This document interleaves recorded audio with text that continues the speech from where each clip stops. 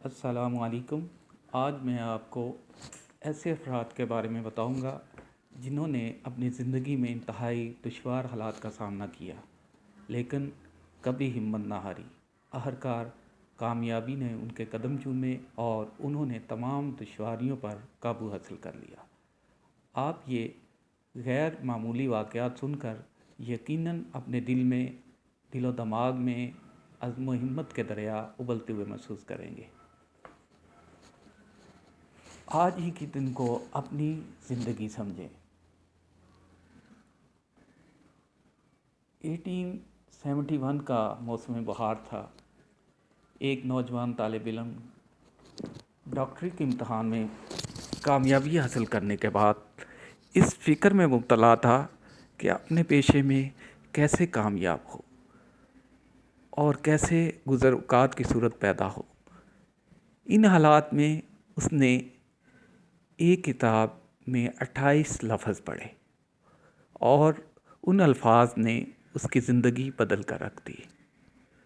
ان 28 لفظوں نے اس نوعمر طالب علم کو اپنے زمانے کا سب سے بڑا ڈاکٹر بنا دیا۔ اس نے ڈاکٹری کے شعبے میں کئی کارہائے نمایاں سر انجام دیے اور کئی اعزازات حاصل کیے۔ اس کی وفات کے بعد اس کی زندگی کے بارے میں 2 جلدوں پر مشتمل جو کتاب شائع کی گئی، اس کے صفحات کی تعداد 1466 تھی۔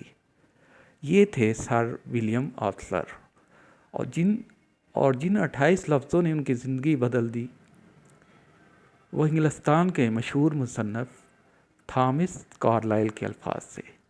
ان الفاظ کی مدد سے سر ولیم نے اپنی زندگی کو غموں اور پریشانیوں سے محفوظ رکھا۔ وہ موعظانہ الفاظ یہ تھے: ہمیں چاہیے کہ جو چیز دور سے دھندلی نظر آئے اس کو نہ دیکھیں، بلکہ اس چیز کو دیکھیں جو آنکھوں کے سامنے صاف نظر آ رہی ہو۔ اس واقعہ کے 42 سال بعد سر ولیم نے ایک تقریب میں طلباء کو خطاب کرتے ہوئے اس بات کو غلط قرار دیا کہ ان کے دماغ میں کوئی خاص خوبی ہے، اور کہا کہ میرے دوست جانتے ہیں کہ میں معمولی دماغ کا مالک ہوں۔ میری کامیابی کا راز صرف یہ ہے کہ میں آج کی دنیا میں جیتا ہوں۔ آپ بھی گزرے ہوئے دنوں کو بھول جائیں، ماضی کو باہر پھینک کر دروازہ بند کر لیں، ماضی کی طرح مستقبل کو بھی دروازے سے باہر دھکیل دیں۔ آنے والے کل کا آج کوئی وجود نہیں۔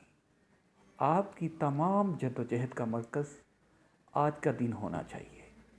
جو شخص کل کی فکر کرتا ہے وہ اپنی توانائی برباد کرتا ہے اور اپنے ذہن کو طرح طرح کی اذیتوں سے دوچار کرتا ہے۔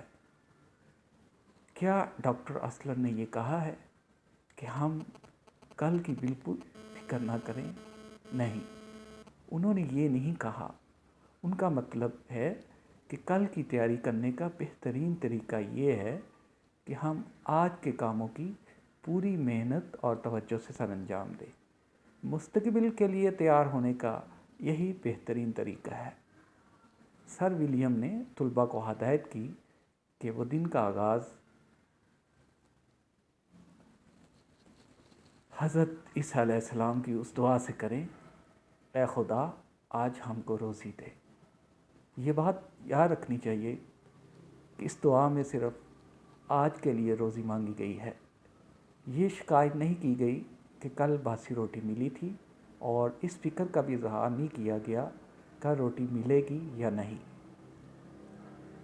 حضرت عیسیٰ علیہ السلام کی اس تعلیم کو کہ آنے والے کل کی فکر نہ کرو، لوگ عموماً بھول جاتے ہیں۔ وہ کہتے ہیں ہمیں کل کی فکر ضرور کرنی چاہیے، ہمیں بیمہ کے ذریعے اپنے بال بچوں کو تحفظ فراہم کرنا چاہیے، اور آگے بڑھنے اور ترقی کرنے کے لیے پہلے سے یہ سوچنا اور انتظام کرنا چاہیے۔ یہ سب درست ہے، ایسا ہی ہونا چاہیے۔ کل کا خیال ضرور رکھنا چاہیے، مستقبل کو بہتر بنانے کے لیے تجویزیں سوچنی چاہیے اور کام شروع کرنا چاہیے، لیکن طبیعت کو کل کے اندیشے میں غمگین اور افسردہ نہیں کرنا چاہیے، اور آج کی فکروں کو آج تک ہی محدود رکھنا چاہیے۔ امریکی امیر البحر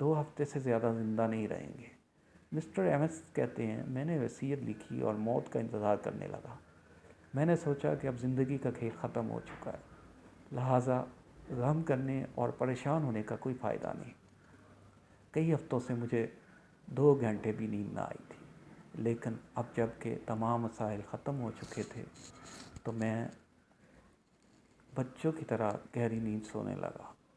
گہری نیند سونے سے میری تھکن دور ہونے لگی، بھوک بڑھ گئی اور وزن میں اضافہ ہونے لگا۔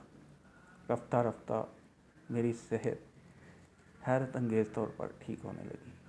6 ہفتوں میں میں دوبارہ کام کرنے کے قابل ہو گیا اور میں نے کام شروع کر دیا۔ اب زندگی کے ہر مارکے کے لیے تیار تھا۔ میرے لیے کوئی غم نہ تھا۔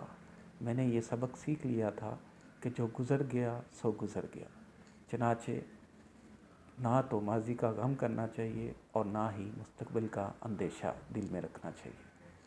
میں نے اپنی پوری صلاحیت اپنے کام کے لیے وقف کر دی۔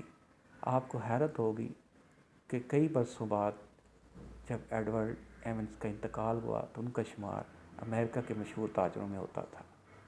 اگر ایمنز کو یہ معلوم نہ ہو جاتا کہ غم اور پریشانی محض حماقت ہے اور وہ آج کی دنیا میں رہنا نہ سیکھتے تو کبھی کامیابی حاصل نہ کر سکتے۔